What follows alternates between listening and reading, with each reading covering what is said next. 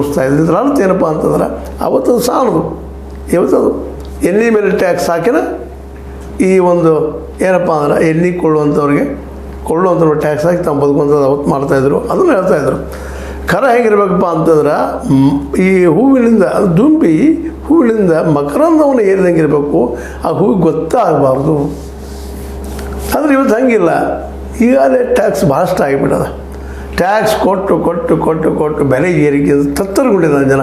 ಅದಕ್ಕಾಗಿ ಮತ್ತು ಹೊರೆ ಸರ್ಕಾರ ತುಂಬಬೇಕಾದಂಥ ಈ ಪಿಂಚಣಿಗಳನ್ನು ಮತ್ತು ಸಿಬ್ಬಂದಿ ಏನು ಹಿಂದಿನ ಈ ಗ್ರ್ಯಾಚ್ಯುಟಿಗಳನ್ನು ನಮ್ಮೆಲ್ಲಕ್ಕೆ ಹಾಕ್ತಾಯಿದ್ದೀರಿ ಅನ್ನೋದು ಸರ್ಕಾರದಲ್ಲಿ ತರ್ತದ್ರೆ ಅದು ಅಲ್ಲಿಂದ ಬಜೆಟ್ನ ತರುವಂಥದ್ದು.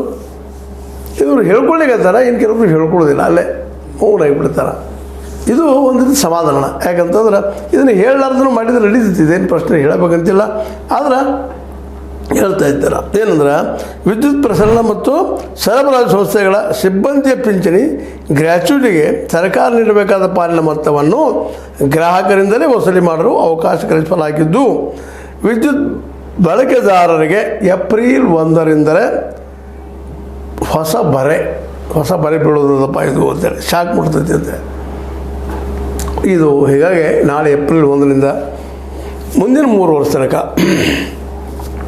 ಏನು ಅಂದರೆ ಈಗಾಗಲೇ ಬಾಕಿ ಎಷ್ಟದಪ್ಪ ಅಂತಂದ್ರೆ ಇನ್ನು ಕೊಡಬೇಕಾಯ್ತು ಸರ್ಕಾರ 4,659 ಕೋಟಿ .34 ಅಂದ್ರೆ 4,659.34 ಕೋಟಿ, ಮೇಲೆ 34 ಲಕ್ಷದ ಕೋಟಿ ಇದನ್ನು ತುಂಬಬೇಕಾಗಿತ್ತು, ಸರ್ಕಾರ ತುಂಬಬೇಕಾಗಿತ್ತು. ಆದರೆ ಈಗ ಮುಂದಿನ 3 ವರ್ಷದೊಳಗೆ ಈ ಮುಂದಿನ ಕೂಡಿಸ್ಕೊಂಡ ಈಗೇನು ಮಾಡೋರದಾರಪ್ಪ ಅಂತಂದ್ರೆ ಅವಾಗ 36, 35, 34 ಹಿಂಗೆ ಪೈಸೆಗಳನ್ನ ಹೆಚ್ಚು ಆ್ಯಡ್ ಮಾಡಿ ವಸೂಲಿ ಮಾಡ್ಕೊಳ್ಳೋರು ಒಂದು ಯೂನಿಟಿಗೆ. ಈಗ ನೋಡ್ರಿ, ಈ ಸಂಗ್ರಹದಿಂದ 2020-26ರಾಗ 2,812.23 ಕೋಟಿ ರೂಪಾಯಿ ಬರ್ತಾವೆ ಟ್ಯಾಕ್ಸ್ ರೂಪದೊಳಗೆ. ಅದಕ್ಕೆ 36 ಪೈಸೆ ಹಾಕಿದ್ರೆ ಮುಂದಿನ 2026-27ರಲ್ಲಿ